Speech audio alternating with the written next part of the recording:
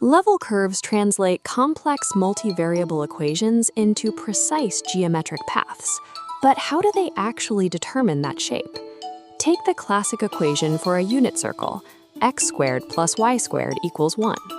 Instead of just a flat ring, picture the left side as a three-dimensional landscape. By setting this entire function equal to 1, we execute a perfectly flat horizontal slice. The level curve is the blueprint of that intersection, a continuous path connecting every point on the mountain that shares that identical height. But a flat slice doesn't always guarantee a path. If you hit the absolute bottom of the bowl, you just get a single point, not a line. To guarantee a smooth, continuous curve, the landscape at your slicing height must actually be sloped. It needs a perpendicular arrow pointing outward, proving the surface is tilted.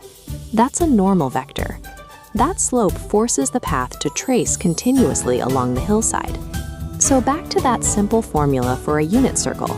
It's really just the flat, two-dimensional shadow of a three-dimensional bowl sliced perfectly at level 1.